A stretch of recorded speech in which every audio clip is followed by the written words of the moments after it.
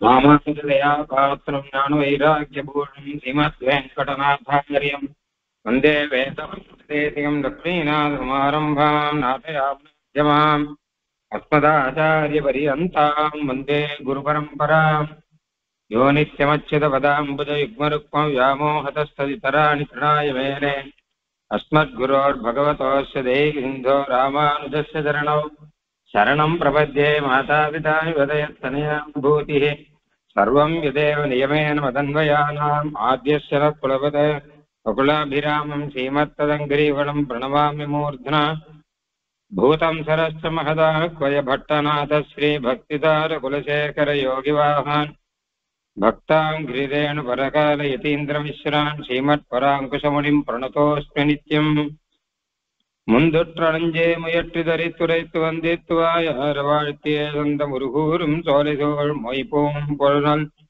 குருகூரன் மாறன் பேர் கூறு முன்னுரைத்த திருவிருத்தம் 100 பாட்டும் முறையன் வரும் ஆசிரியமேழு பாட்டும் மன்னிய நற்பொருள் பெரிய திருவந்தாதி மறவாதபடி 87 பாட்டும் இன்னுரைத்ததோர் திருவாய்மொழி எப்பொழுதும் பிழையற 1102 பாட்டும் இந்நிலத்தில் வைகாசி விசாகன் தன்னில் எழிற்குறுகை வருமாறா இறங்கு நீயே முயற்றி சுமந்தெழுந்து முந்துற்ற நெஞ்சே இயற்றுவாய் எம்மொடு நீ கூடி நயப்புடைய நாவின் தொடை கிளவியுள் பொதிவோம் நற்பூவை பூவின்ற வண்ணர் புகழ். பெரிய திருவந்தாதியில 41வது பாசுரம் பார்க்கணும். இதற்கு முன்னாடி சில பாசுரங்களிலே தன்னுடைய மனசை கூப்பிட்டு சில விஷயங்களை ஆழ்வார் சொன்னார்.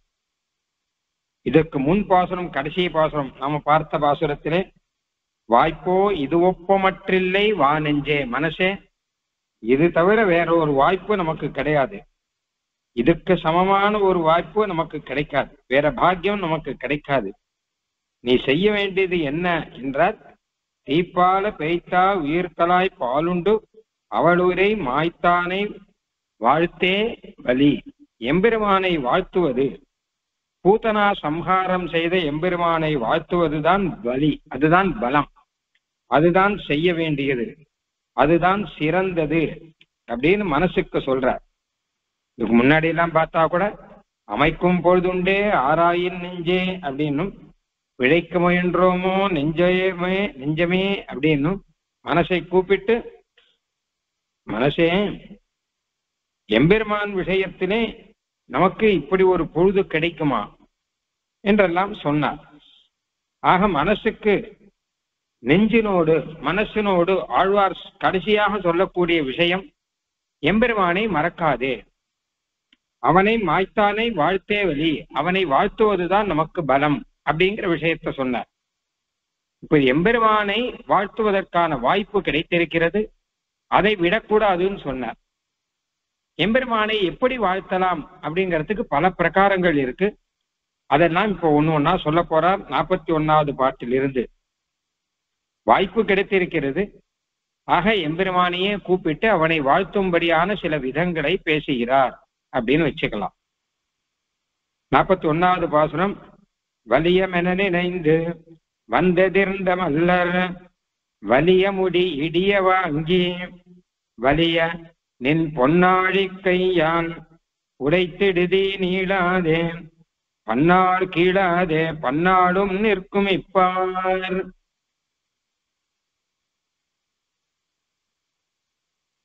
வலியமென நினைந்து, நாங்கள் தான் வலிமை பொருந்தியவர்கள் என்று சொல்லிக்கொண்டு 2 மல்லர்கள் கிருஷ்ணாவதாரத்திலே கண்ணனை எதிர்க்க வந்தார்கள்.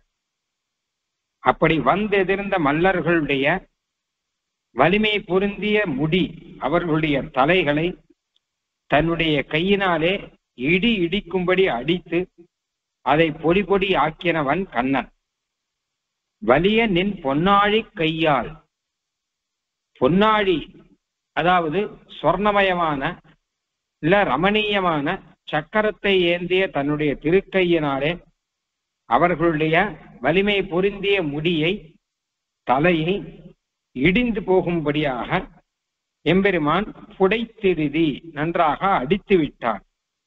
அப்படி அடித்தபடியினாலே பன்னாலும் நிற்கும் இப்பார், இந்த பூமியானது பல்லாண்டு காலம் இருந்து கொண்டிருக்கிறது. இதை போல துஷ்டர்களை நீ சம்ஹாரம் செய்தபடியினாலே இந்த பூமியில் எல்லாரும் சிறப்பாக வாழ்ந்து கொண்டிருக்கிறார்கள். இந்த பூமியும் பூபாரம் தீர்ந்து பல்லாண்டு காலம் இருந்து கொண்டிருக்கிறது அப்படின்னு எம்பெருமான் கிருஷ்ணாவதாரத்திலே மல்லர்களை மாய்த்த வரலாறு இருக்கிறதா, அதை சொல்லி எம்பெருமானை பல்லாண்டு பாடி அந்த எம்பெருமானால் இந்த பூலோகம், இந்த பூமி நிம்மதியாக பல்லாண்டு காலம் நிலைத்து இருக்கிறது என்பதையும் நாம் பாடலாம். அப்படிங்கிறது இந்த பாசுரத்துல விஷயம். பகவானுடைய அவதாரமே துஷ்டர்களை சம்ஹாரம் பண்ணி சாதுக்களை ரட்சித்து தர்மத்தை ஸ்தாபனம் செய்வதற்காக. அதனால இப்படி துஷ்டர்களை சம்ஹாரம் செய்யும் போதெல்லாம் பூமிக்கு நல்லது நடக்கிறது, பூமி நிலையாக பல்லாண்டாக சாதுக்களுடன் இருக்க போகிறது அப்படின்னு கிடைக்கிறபடியினாலே இதை சொல்லுகிறார். அதிலும் முக்கியமாக ஸ்ரீ கிருஷ்ணாவதாரத்திலே பூபாரம் தீர்ப்பதற்காகவே கண்ணன் அவதாரம் அப்படின்னு பிரசித்தமா இருக்கிறபடியினால மல்லர்களை ஒழித்து அதன் மூலம் பூபாரம் தீர்த்தபடியினாலே கீழாலே பன்னாலும் நிற்கும் இப்பார், இந்த உலகம் பன்னாலும் பல நாட்கள் கீழாதே, இன்னும் அதுக்கு கெட்டு போவதற்கு வாய்ப்பு இல்லாமல், பிளந்து போவதற்கு வாய்ப்பு இல்லாமல் நிற்கும், நிலைத்திருக்கும். இது எத்தனையோ காலம் இது நிலைத்திருக்கும் இந்த உலகமானது அப்படின்னு இந்த பாசுரத்தினுடைய தாற்பயம்.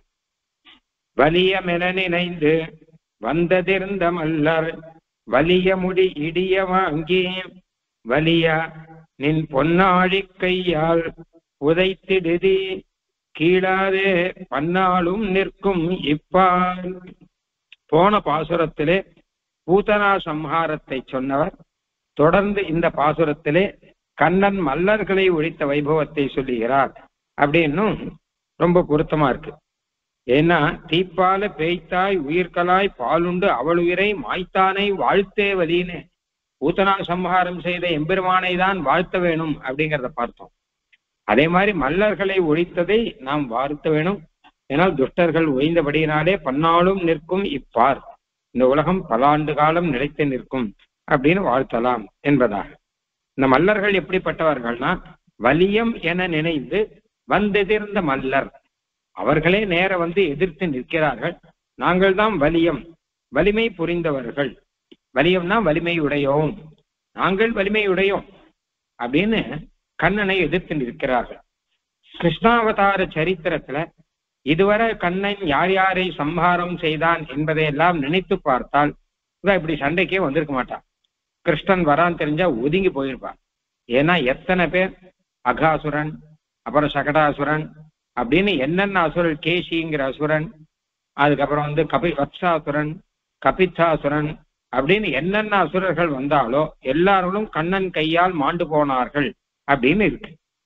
அது எல்லாருக்குமே தெரிஞ்ச விஷயம், உலகத்துல பிரசித்தமான விஷயம். அப்படி இருக்குச்சா அந்த கண்ணன் வந்திருக்கான்னா உடனே கொஞ்சம் பயத்தோட நம்ம கதை என்ன ஆகுமோ, ஏன்னா போனவர்கள் எல்லாருமே கண்ணனை ஒழித்து விடுகிறேன்னு சொல்லிவிட்டு போனவர்கள் யாரும் திரும்பி வரல. எல்லாரும் போற வழிதான் இருக்கே தவிர திரும்பி வந்ததா தெரியல.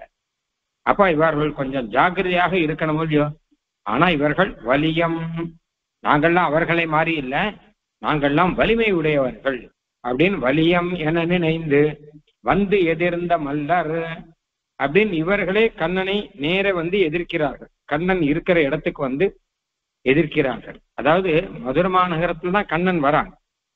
ஆனா கூட ரங்கத்துக்குள்ள கூப்பிடுறான். அங்க ஒரு பெரிய அரங்கம் ஒண்ணு இருக்கு. அந்த ரங்கத்துல வா யுத்தம் பண்ணலாம்னு கூப்பிடுறான் கண்ணனை.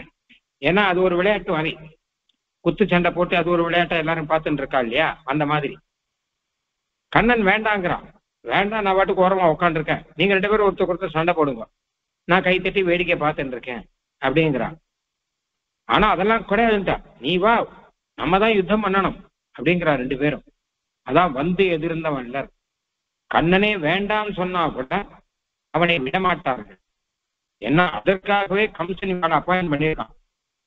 இந்த மாதிரி அந்த கண்ணனை ஒழிக்கடவுளே கம்சன் இவரை ஏற்பாடு வேற பண்ணி வச்சிருக்கானா. அதனால நாங்கள்லாம் அபால மாதிரி கிடையாது, நாங்கள்லாம் வலியவர்கள், புஜ பலத்தை காமிக்கிறான். அப்படியே நல்லா தின்னு தோல் மல்லர்கள் தானே, மல்லாண்ட திண்டோல் அப்படின்னு சொல்ற மாதிரி மல்லர்கள். அதனால அந்த தோலை காமிச்சாலே பார்த்தாலே எல்லாருக்கும் பயமா இருக்கு. ஏன்னா மாம்ச பிண்டங்கள்லாம் இப்படி சேர்த்து வச்ச மாதிரி இருக்கு. கண்ணனோ சின்ன பையனா இருக்கான். ஆனா கூட இவளுக்கு தெரியும், கண்ணனை பத்தி ஓரளவு தெரியும். இப்பதான் குவளையா பீடம்ன்ற யானையை சமாரம் மட்டும் வேற வந்திருக்கான். சாதாரண குழந்தை எல்லாம் தெரியும்.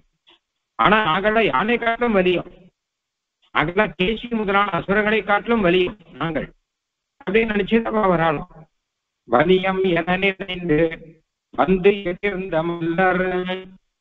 அப்படியே கண்ணன் அப்படியாவது போனா போயிட்டு போட்டோன்னு விடாமல் வந்து அவனை யுத்தத்துக்கு கூட்டு கடைசியில அவனாலே அடி வாங்கணும்னு வாக்கடையில இருக்கு. வலிய முடி இடிய வாங்கி, அவர்களுடைய வலிய முடினா சிரசு தலை, வலியனா நல்லா வலிமையான, அவன் மண்டையால ஒரு அடி அடிச்சா யானை கூட போடும், அப்படிப்பட்ட வலிமை உடையவர்கள்.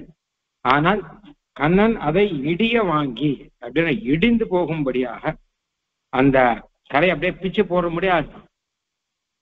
ஒரு அடி அடிச்சான்னா முடியே ரெண்டா போயிடும், அதுக்கப்புறம் ஒரு திருகி பிச்சு போட்டுடலாம். அந்த மாதிரி யானையே கொண்டுட்டு வந்திருக்கான் இல்லையா. அவர்களுடைய வலிய முடியை இடிய வாங்கி, வலியனா வலிமை புரிந்தியன்னு அர்த்தம். அந்த முடியை தலையை இடிந்து போகும்படி, இடிந்து விழுந்தும்படி வாங்கி கழுத்திலிருந்து பிச்சு போட்டு என்று அர்த்தம். இதுக்கு என்ன ஆயுதம் உபயோகித்தான்னா, வலியனின் பொன்னாழி கையால். ஒண்ணும் இல்லை, கைதான். கையில சக்கரம் இருக்கணும், ஆனா சக்கரம் இப்ப இல்ல கையில. சக்கரம் ஏந்திய கை, பொன் ஆழி கை, பொன் அழகான ஆழி சக்கரம் ஏந்திய கை. வலியானா வலிமை பொருந்தியன்னு அர்த்தம். இவர்களுக்கு எத்தனை வலிமை இருக்கோ அதுக்கெல்லாம் மேல வலிமை பொருந்தியது எம்பெருமானுடைய கை. சக்கராயுதத்தோட தான் இன்னும் வலிய ரொம்ப ரொம்ப பெருமை அதிகம். அதுக்கு சக்கராயுதம் இப்ப இல்லாட்டா கூட அந்த சக்கராயுதத்தினுடைய பெருமை அந்த கைக்கு உண்டு. ஆயுதம் இல்லாட்டா கூட பகவானுடைய ஹஸ்தங்களுக்கு அந்த பெருமை உண்டு இல்லையோ. அப்போ வலிய நின் பொன்னாடி கையால் புடைத்திடுதுன்னா அடித்தாய்ன்னு அர்த்தம். உன்னுடைய அழகான திருவாழியை ஏந்தி இருக்கிற கையினாலே, வலிமை பொருந்திய அந்த கையினாலே அவர்களை நீ அடித்தாய். அது இடிந்து போகும்படியாக, இடிந்து விழும்படியாக, அவர்கள் தலையெல்லாம் பொடிந்து விழும்படியாக உன்னுடைய கையினாலே நீ அடித்தாய். புடைத்திடுதி அப்படின்னு அர்த்தம். வலியமென நினைந்து வந்ததிருந்த மல்லர் வலிய முடி இடிய வாங்கி, வலிய நின் பொன்ன அழிக்கையால். வலியன வலிமை பொருந்தியன்னு ஒரு அர்த்தம். இன்னொரு அர்த்தம் உத்தம சுவாமி ஒரு அர்த்தம் சாதிக்கிறார். வலிய அப்படின்னு கண்ணனை கூப்பிடுறாளாம். வலிமை பொருந்தியவனே அப்படின்னு இந்த பாசுரத்துல, நின் உன்னுடைய அப்படின்னு. வலியாங்கிறது விழிச்சொல், சம்போதனம், கண்ணனை கூப்பிடுறது அப்படின்னு அர்த்தம் சொல்லலாம். ரெண்டு விதமாயும் சொல்லலாம். வலிய நின் பொன்னாழி கையால் புடைத்திடுதி, நீ அடித்து விட்டாய். கீழாதே பன்னாலும் நிற்கும் இப்பார். அதனாலே இப்பார் இந்த பூமியானது கீழாதே யாராலும் பிளக்கப்படாமல் பன்னாலும் நிற்கும், பல ஆண்டு காலம் நிற்கும். இந்த பூமியில பூபாரம், கம்சன் முதலான ராஜாக்கள்லாம் வந்து பூபாரத்தை கொடுக்கிறார்கள் அப்படின்னு சொல்லியோ, அதெல்லாம் கிடையாது. இனிமே இல்லாமல் இந்த பூமியானது ஸ்திரமாக இருக்கும். பூமியினாலே ஸ்திரம், நிலையானது. ஸ்திரானே ஒரு பெயர் பூமிக்கு, நிலையாக இருக்கக்கூடியவர் அப்படின்னு அர்த்தம். ஏன்னா பர்வதம் மாதிரி மலைகள்லாம் மாதிரி நிலையா அப்படியே இருக்கிறபடியால்தான் நம்ம உட்காந்துரும், இல்லாட்டா நம்மளால உட்கார முடியாது. ஆனா அதை நிலையாக்க முடியாமல் பூமாதேவி தவிக்கும்படியாக பண்ணினவர்கள் இந்த துஷ்ட ராஜாக்கள். அதெல்லாம் இல்லாமல் அந்த துஷ்டர்களை கண்ணன் ஒழித்தபடினாலே பூமியானது பன்னாலும் நிற்கும், பல ஆண்டு காலம் நிலையாக நிற்கும் என்று அர்த்தம். இந்த கீழாதே அப்படிங்கிறத, கீழாதே பூமியானது பன்னாலும் நிற்கும்னு அர்த்தம் சொல்லலாம். இல்ல கீழாதேங்கிறத முன்னாடி சேர்க்கலாம். சேர்த்தா வலியனின் பொன்னாழி கையால் புடைத்திடுது கீழாதே அப்படின்னு. உன்னுடைய பொன்னு ஆழி கையினாலே அந்த மல்லர்களுடைய தலையை நீ பிளந்தாய், அடித்தாய். கீழாதேன்னா கிள்ளி போடாமல் அர்த்தம். தலையை அனாயாசமா கிள்ளி போடணும். ஆனா கிள்ளி போடாமல் அவன் கையினாலே அடிச்சு சம்ஹாரம் பண்ணான் அப்படின்னு அர்த்தம். மரத்துல இருந்து புஷ்பத்தை கெல்ற மாதிரி புஷ்பாணி தண்டக வனேஷு அபநேது மிச்சோகன் பாதுகாசம். மரத்துல எப்படி பூ பறிக்கிறாளோ கிள்ளி போடுறாளோ அந்த மாதிரி தலையை கிள்ளி போட முடியும் கண்ணனாலே. ஆனா அப்படி பண்ணல. அப்படி கிள்ளி போட்டு அப்படி எல்லாம் பண்ணலையாம். கிள்ளினது அப்படின்னா என்ன கேட்டா, கேசி முதலானவர்கள் எல்லாம் அப்படியே தலையை கிள்ளி போட்டான்னு வரும். ஹிரண்யன் உடலை பிளந்து போட்டான் அப்படின்லாம் ஒரு மூலியம். அந்த மாதிரிலாம் இல்லாமல் புடைத்திடுதுன்னா அடிச்சே கொண்டான் அப்படின்னு அர்த்தம். தலையை கிள்ளி போட்டா காரியம் முடிஞ்சு போயிடும். ஹிரண்யனுடைய மார்பை பிளந்தா காரியம் முடிஞ்சு போயிடும். அப்படிலாம் இல்லாமல், ஏன்னா இவர்கள் நாங்கள் வலியர்கள் சொல்லிட்டு வர அழியும். அப்போ இவாளை அடிக்கிறான். முதல்ல நீங்கள் வலியர்களானால் இந்த அடியை தாங்கிக் கொள்ளுங்கள். ஏன்னா அடிங்கிறது இடிய வாங்கி, வலிய முடி இடிய வாங்கி அப்படின்னு இருக்கு. அதனால கீழாதே அப்படின்னா எளிதாக கிள்ளி போடாமல் நீ உன்னுடைய பொன்னாடி கையால் வலிய முடி இடிய வாங்கி அவர்களுடைய தலையெல்லாம் இடிந்து போகும்படியாக நீ வாங்கினாய் அப்படின்னு அர்த்தம். தலையில அடிச்சு அதுக்கப்புறம் பிச்சு போட்டான் அப்படின்னு அர்த்தம் சொல்லலாம். கிள்ளி போட்டதில்லை. வலியமென நினைந்து வந்ததிருந்த மல்லர் வலிய முடி இடிய வாங்கி வலிய நின் பொன்னாழி கையால் உடைத்திடுதி கீழாதே பன்னாளும் நிற்கும் இப்பார். பொன்னாழி கை அப்படின்னா அழகான திருவாழியை ஏந்திய கை அப்படின்னு ஒரு அர்த்தம் சொல்லலாம். ஆனா இப்ப திருவாழி இல்லையே கிருஷ்ணாவதாரத்துல இந்த சமயத்துல கேட்டா. அப்ப ஆழினா மோதிரம்னு ஒரு அர்த்தம் உண்டு. அப்ப சொர்ணமயமான மோதிரத்தோடு இருக்கக்கூடிய கை, மோதிரத்தோடு சேர்ந்து அடிக்கிறான். அப்ப மோதிரம் அது கூட ஆயுதமா எடுத்து போல இருக்கு, ஆபரணமா இருக்கு. ஏன்னா மோதிர கையாலே குட்டு வாங்குறதுன்னு சொல்லுவான். வெறும் கையால குட்டுறத காட்டிலும் மோதிர கையால குட்டினா மோதிரமும் சேர்த்து வலிக்கும். குட்டுப்பட்டவனுக்கு பயங்கரம் வலிக்கும் இல்லையா?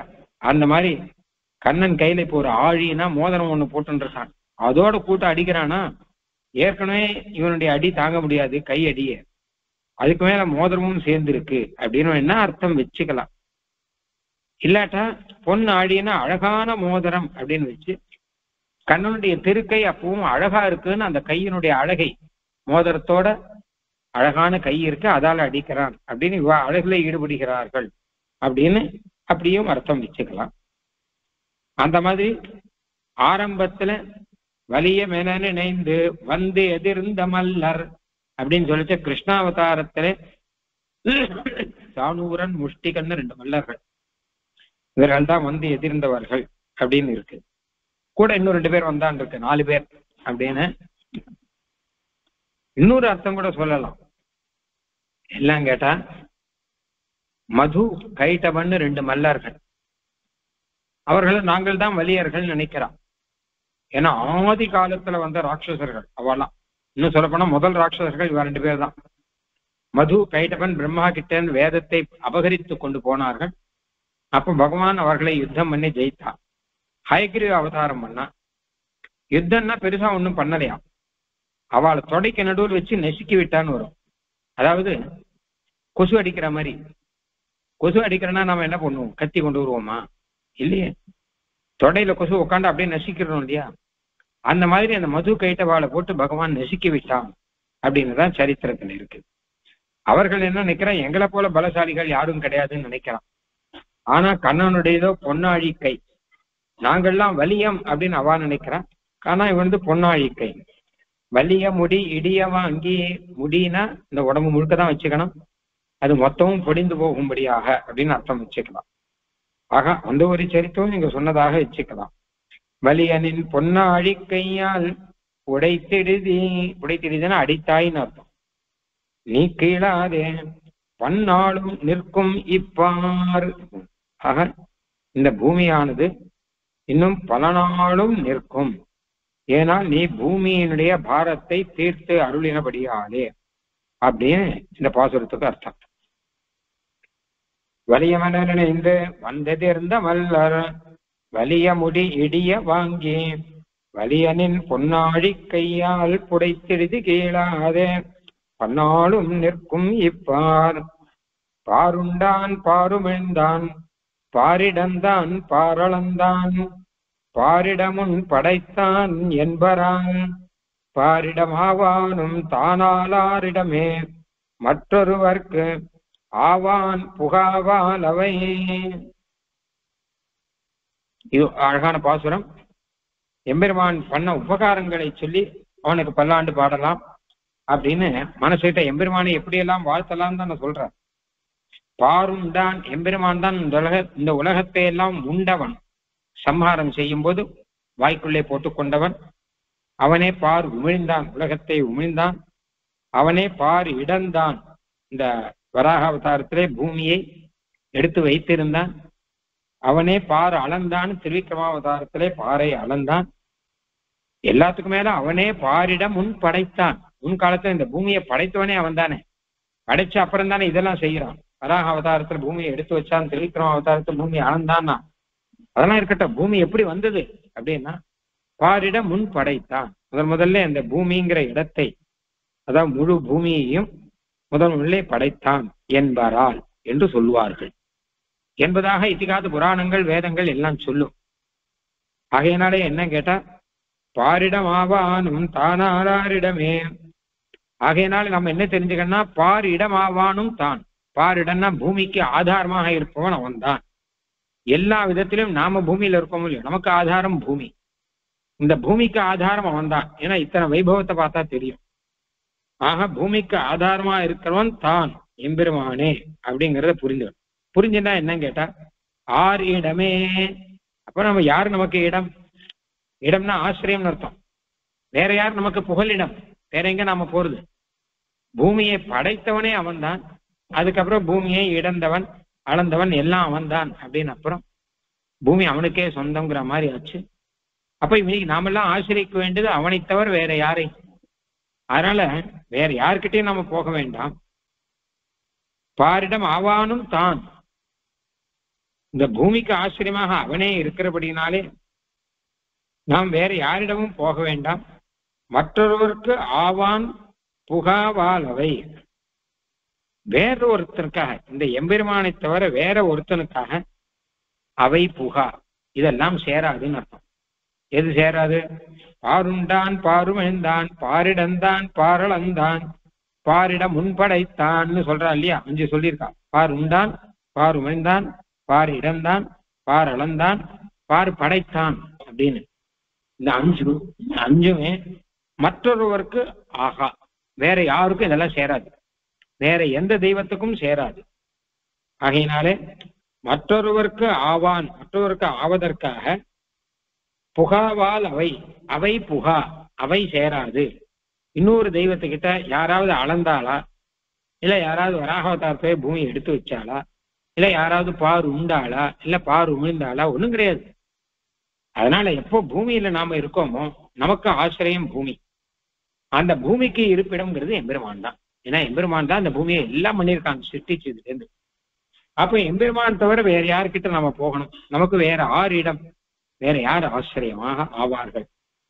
மற்றவங்க வேற யார்கிட்ட போலாமேனா அவள்லாம் இதுல ஏதாவது பண்ணியிருக்காளா, இதுல ஏதாவது அவகிட்ட பொருந்துமா, சேருமா? எதுவுமே கிடையாது. ஆகையினாலே மற்றொருவருக்கு ஆவான் புகாவால் அவை. பாருண்டான் பாருமெழுந்தான் பாரிடந்தான் பாரளந்தான் பாரிட முன்படைத்தான் என்பரால் பாரிடமாவானும் தானாலால் தான் ஆனால் ஆரிடமே மற்றொருவர்க்கு ஆவான் புகாவால் அவை. இந்த பூமியை பற்றி எம்பெருமான் செய்கின்ற லீலைகளை எல்லாம் ஆழ்வார்கள் பல இடங்கள்ல அழகா சொல்றார். இப்போ திருமங்கை ஆழ்வார் பாராளன் பாரிடந்து பாறை உண்டு பார் உமிழ்ந்து பார் அளந்து பாறை ஆண்ட பேராளன் அப்படின்னு திருநெல்வேலித்துல சொன்னதை நம்ம முன்னாடி பார்த்தோம். நம்மாழ்வாரும் உண்டும் உமிழ்ந்தும் கடந்தும் இடந்தும் கிடந்தும் நின்றும் கொண்ட கோலத்தோடு வீற்றிருந்தும் மனம் கூடியும் கண்டவாற்றால் தனதே உலகு என நின்றான். உலகம் எனக்கே சொந்தங்கிற மாதிரி அவன் இந்த பாசத்தில் நிறைய இருக்கு. உண்டும் உமிழ்ந்தும் கறந்தும், கறந்துனா உள்ளுக்குள்ளே மறைந்திருந்தும், இடந்தும் கிடந்தும், உண்டும் உமிழ்ந்தும் கறந்தும் இடந்தும் கிடந்தும் நின்றும். பூமியிலேயே ரங்கநாதன்னா சயன திருக்கோலத்துல இருக்கார், நின்றும் நின்ற திருக்கோலத்துல இருக்கார். இப்படியெல்லாம் சயன திருக்கோலத்துல வேற யார் இருக்க முடியும்? எந்த தெய்வம் இருக்க முடியும்? ஏன்னா பூமி அவாழ்தான் இருந்தா தானே எங்கேயா ஓரமா ஒட்டிக்கலாம். ஒரு ஆத்துக்கு போனோம்னு வச்சுக்கோங்களேன், யாரோ ஒருத்தர் பார்க்கணும்னு போறோம். போனோம்னா அவர் இருக்காரா? இப்ப அவர் வர வரைக்கும் நின்றுட்டு இருக்கும். அவர் இருக்காரா? அவர் வரட்டும். இல்ல அவர் வரத்துக்கு கொஞ்சம் ஆளாச்சு, சரி அப்படியே உட்காந்துக்கலாமா எங்கேயாவது பார்க்கலாம். அவர் வரத்துக்குள்ள படுத்துக்கலாம் அப்படின்னு சொல்லிட்டு ஆத்துக்குள்ள போய் ஃபேனை போட்டு இன்னும் உத்திரியத்தை போட்டு கீழே படுத்துனா அவர் வர இருக்குன்னா அவர் முதல்ல வந்த உடனேயோ எழுந்துருங்க, நீர் யாரு, எங்க வந்தீர், நீ பாட்டுக்கு எங்க ஆத்துக்குள்ள வந்து படுத்துட்டு இருக்கிறேன் அப்படி கேட்பார மாட்டாங்க. உனக்கு இங்க யாருன்னா படுத்துக்கிறது இடம் கொடுத்ததுன்னா, இல்ல நீங்க வரலையேன்னு, வரலன்னா அப்படி நில்லும், அக்கா என்னமோ சொந்தக்காரன் மாதிரி படுத்துக்கிறீரேன்னு கேட்பாரு. அதான் விஷயம். எம்பெருமான் இங்க சயன திருக்கோலத்துல சேவை சாதிக்கிறான்னா அந்த பூமி இவன் படைத்த பூமி அது. அதனால இவன் அதுல வந்து அவன் படுத்துக்கிறான். இன்னொருத்தெல்லாம் வந்து இதுல படுத்துக்க முடியாது. அதனால உண்டும் விழுந்தும் கறந்தும் இடந்தும் கிடந்தும் நின்றும் கொண்ட கோலத்தோடு வீட்டிலிருந்து திருக்கோலத்துல இருக்கான். மனம் கூடியும் திருமணம் வேற செய்திக்கலாம். யாரே பூமாதேவி அந்த பூமியை பத்தினியாக ஆக்கி வைத்திருக்கிறார். இப்படி கண்டவாற்றால் தனதே உலகு என நின்றான். எல்லா விஷயத்தாலும் தன்னுடையதே உலகு அப்படின்னு எம்பெருமான் இருக்கிறான்னு ஆழ்வார் அங்கேயும் சொல்லிருக்கார். இன்னும் கூட பல இடத்துல சாதிச்சிருக்கேன்.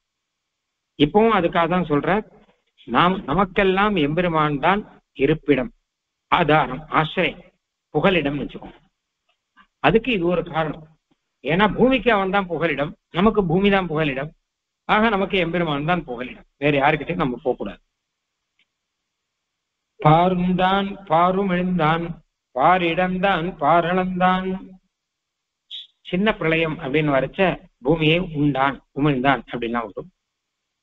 அப்புறம் பாரிடம் முன்படைத்தான், முன் காலத்திலே ஆதி சிருஷ்டியிலே பாரிடம் இந்த பூமியை படைத்தான், சிருஷ்டியும் செய்தவன் அவன் தான் அப்படின்னு. ஆக இப்ப சொன்னது ஆதி சிருஷ்டி. ஆதி சிருஷ்டியானும் சரி, பாதியின சிருஷ்டியானாலும் சரி, எல்லாம் எம்பெருமான் தான் செய்கிறான். என்பர் ஆள், என்பர் என்று சொல்வர், ஆள் ஆகையால் அர்த்தம். இப்படியெல்லாம் சொல்வார்கள். யார் சொல்வார்கள்? வேதத்திலையும் இத்திகாச புராணங்களிலும் இருப்பதை மகான்கள் மகரிஷிகள் அவர்கள் எல்லாம் சொல்வார்கள். ஆகையினாலே பாருண்டான் பாருமென்றான் பாரிடந்தான் பாரளந்தான் பாரிடம் முன்படைத்தான் என்பரால். பாரிடம்தான் பாரளந்தான் அப்படின்னு வராக அவதாரம், திரிவிக்ரம அவதாரம். திரிவிக்ரம அவதாரத்துல எல்லாமே தன்னுடைய நிரூபணமே பண்றான். அதுக்காக தானே உலகை அளந்ததே. அதனால என்ன கேட்டா, பாரிடம் ஆவானும் தானானால். பாரிடம், பார் பூமிக்கு இடம், ஆசிரியம், பூமிக்கு ஆதாரமான இடம், பூமிக்கு ஒரே கதியாக இருப்பவன் தான், அவன்தான். பூமாதேவிக்கு பூமிக்கே அவன்தான் கதி. கிருஷ்ணாவதாரத்துல பூமி தேவி பெருமாள் கிட்ட போய் பிரார்த்திச்சுதானே கிருஷ்ணாவதாரம் பண்ண வச்சார். அதனால எல்லாத்தையும் அது மாத்திரமே பூமியை இப்படி பாருண்டான் பாருமென்றான் பாரிடம்தான் பண்ணபடினால அந்த பாரிடம் ஆவானும் தான் ஆனால் அந்த பூமிக்கு இடம் ஆசிரியமாக கதியாக இருப்பவனும் அவனே என்பதால் பாரிடம் ஆவானும் தானானால் ஆரிடமே. ஆர் இடமே, வேற யார் நமக்கு இடம், வேற யார் நமக்கு கதி, வேற யார் நமக்கு ஆசிரியம்? மொத்தம் இவன் தானே பண்ணியிருக்கான். அதனால இவன் தான் நமக்கு கதியை தவிர வேற யார் நமக்கு இடமே, வேற யாராவது நமக்கு புகலிடமாக ஆவார்களா அப்படின்னு அர்த்தம். பாரிடம் ஆவானும் தானானால் ஆரிடமே மற்றொருவர்க்கு ஆவான் புகாவால் அவை. அவை அவைனா முன் சொன்ன இந்த செயல்கள்லாம் மற்றொருவர்க்கு வேற ஒரு தெய்வத்துக்கு ஆவான் ஆவதற்காக புகா சம்பவிக்க மாட்டா. இன்னொரு தெய்வத்துக்கு இந்த மாதிரி செயல்கள், அதாவது உண்டும் விழுந்தும் கடந்தும் இடந்தும் கிடந்தும் நின்றும்லாம் இருக்கும், இதெல்லாம் மற்ற தெய்வத்துக்கு வருமோ, கூடுமோ? வேற ஒரு தெய்வத்துக்கு இவையெல்லாம் புகா அப்படின்னு சொன்னதாக அர்த்தம் ஆச்சு. பல அர்த்தம் சொல்லிருக்காரு இதுக்கு. புகா வாலவை அப்படிங்கச்சு இங்க ஒரு ஆள்னு ஒண்ணு இருக்கு. இந்த ஆளுக்கு அர்த்தம் சொல்லணும்னு அவசியம் இல்லை. ஆள்னா இது ஒரு அசைச்சொல்னு சொல்லுவா, இது அழகுக்காக வந்திருக்க அவ்வளவுதான். அதனால மற்றொருவருக்கு ஆவான் வேறொருவருக்கு ஆவதற்காக அவை அந்த செயல்கள் புகா சேராதவை அப்படின்னு அர்த்தம். இன்னொருத்தருக்கு ஆகும்படியாக இவை சேராதவை. அதனாலே வேற யார் நமக்கு இடம்? ஆரிடமே. வேற யாராவது நமக்கு இடம் ஆவார்களா? எம்பெருமானை தவிர அப்படின்னு அர்த்தம். பாருண்டான் பாரும் எழுந்தான் பாரிடந்தான் பாரளந்தான் பாரிடம் முன்படைத்தான் என்பரால் பாரிடம் ஆவானும் தானானால் ஆரிடமே மற்றொருவர்க்கு ஆவான் புகாவாலவை அப்படின்னு. இதுல கடைசியில மற்றொருவர்க்கு ஆவான் புகாவாலவை அப்படிங்கிறதுக்கு 2-3 தாற்பயம் சொல்லுகிறார்கள். முதல் தாற்பயம், அவை அப்படின்னா அந்த பூமியில இருக்கிற சேத்தனர்கள், ஜீவர்கள் அர்த்தம். முன்னாடி பூமியை பத்தி சொன்னார் இல்லையோ, அவை அந்த பூமியிலே இருக்கிற சேத்தனர்கள், ஜீவர்கள் மற்றொருவருக்கு வேற ஒருத்தருக்கு ஆவான், எம்பெருமானுக்கே ஆகுமே தவிர வேற ஒருத்தருக்கு சேஷமாக அவர்கள் எல்லாம் ஆவார்களா? எம்பெருமானுக்கே சேஷனாக இருப்பார். ஏன்னு கேட்டா இந்த பூமியில இருப்பவர்கள் தானே அவர். அப்போ பூமிக்கு இத்தனை உபகாரம் பண்ணவன், பூமியை நிலையாக நிறுத்தினவன் யாரோ அவனுக்கு சேஷனாகத்தான் அவர்கள் இருப்பாரே தவிர மற்றவருக்கு ஆளாக அவர்கள் இருக்க மாட்டார்கள் அப்படின்னு அர்த்தம். இந்த அர்த்தத்துல அவை அப்படின்னா அந்த பூமியில் உள்ள சேத்தன வர்க்கங்கள் மற்றொருவருக்கு சேஷமாக அப்படின்னு இதுக்கு அர்த்தத்தை அவர் சாதிச்சிருக்கார் உத்தமர் சுவாமி. இல்லாட்டா முன்னாடி சொன்ன மாதிரி பார்த்தோம்னா அவை அப்படின்னா அந்த செயல்கள்னு அர்த்தம். அதாவது உண்டும் விழுந்தும் கடந்தும் இடந்தும் முதலான செயல்கள் இதெல்லாம் மற்றொருவருக்கு, வேற யாருக்கு தான் இதெல்லாம் பொருந்தி சேரும், வேற யாருக்கு தான் ஆகும், மற்றவாள்லாம் இதை நினைச்சு கூட பார்க்க முடியாது அப்படின்னு அர்த்தம். இந்த அர்த்தமும் சொல்லலாம். இந்த 2 அர்த்தத்துல இந்த 2வது அர்த்தம் தான் சரியா இருக்கும்னு சொல்ற அவரே. ஏன்னு கேட்டா அவைனா அந்த சேத்தனர்கள்னு அர்த்தம் சொல்லணும். இந்த சேத்தனங்கிற அர்த்தம் எப்படி கிடைக்கும்? முன்னாடி சேத்தனர்களை பத்தி சொல்லியிருந்தா, ஜீவர்களை பத்தி சொல்லியிருந்தா அப்ப அந்த ஜீவர்கள் அப்படின்னு ஒரு ரீதியில அர்த்தம் சொல்லலாம். ஆனா முன்னாடி ஜீவனை பத்தி எல்லாம் ஒன்றும் சொல்லலை, பூமியை பத்தி தான் சொல்லியிருக்கார். ஆனா முன்னாடி சில செயல்கள்லாம் சொல்லியிருக்கார். அதனால அவை அப்படின்னா அந்த செயல்கள் அப்படின்னு.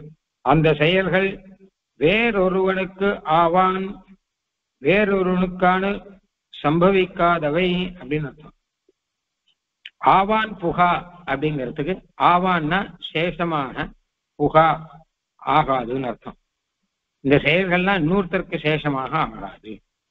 எம்பெருமானுக்கே, நமக்கே எம்பெருமானுக்கே ஆளாகணும் நாம சொல்ற முடியும், அது தவிர வேறவாக ஆகாது அப்படின்னு அர்த்தம். அதாவது பூமிக்கு ஆதாரமா இருக்காங்கிறபடினாலே, பூமிக்கு சுவாமியாக சேஷியாக இருக்காங்கிறபடினாலே நமக்கும் ஆதாரமாயும் சேஷியாவும் இருக்கிறவன் அப்படின்னு அர்த்தம். ஆக அவனே நமக்கு புகலிடமாக இருக்கிறபடினாலே அவனே நாம் ஆசிரியிக்க வேண்டும். வேற யாரும் இதெல்லாம் நினைத்து கூட, இந்த செயல்களை எல்லாம் நினைத்து கூட பார்க்க முடியாதபடி இந்த செயல்கள் இருக்கின்றன அப்படின்னு அர்த்தம் சொல்லலாம். பாருண்டான் பாரும் எழுந்தான் பாரிடந்தான் பாரளந்தான் பாரிடம் முன்படைத்தான் என்பரால் பாரிடம் ஆவானும் தானானால் ஆரிடமே மற்றொருவருக்கு ஆவான் புகாவானவை. முன்னாடி இருந்த பாருண்டான் பாருமந்தான் இதெல்லாம் வச்சு பார்த்து அதோட சேர்த்து ஒரே வாக்கியமாக அர்த்தம் சொல்லணுமானால் அவைனா முன்னாடி சொன்ன அந்த செயல்கள் எல்லாம் வேற யாருக்கு தகும், வேற யாருக்கும் தகாது அப்படிங்கிற அர்த்தத்துல இந்த பாட்டு வந்திருக்கு. ஆகையினாலே ஆறு இடமே, நமக்கும் வேற யார் இடம், அவனேதான் புகலிடம் என்று இப்படியாக சொல்லி எம்பெருமானுக்கு நாம் பல்லாண்டு பாடலாம். எம்பெருமானை மாய்த்தானை வாழ்த்தே வழி அப்படின்னு சொல்ற மாதிரி எம்பெருமானை வாழ்த்துவதுதான் நமக்கு வழி அப்படின்னா, வாழ்த்துவதற்கு இந்த மாதிரி எத்தனையோ எம்பெருமானுடைய லீலைகள் எல்லாம் இருக்கின்றபடினாலே அவற்றை சொல்லி நாம் வாழ்த்தலாம் அப்படின்னு அர்த்தம்.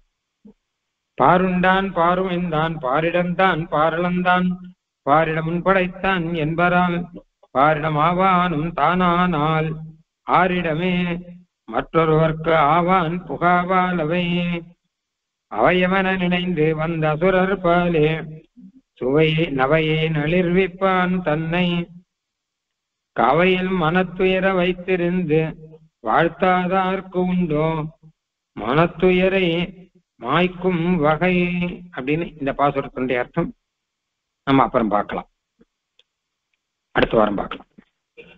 ஆழ்வார் எம்பெருமானார் தேசிகன் திருவடிகளே சரணம்.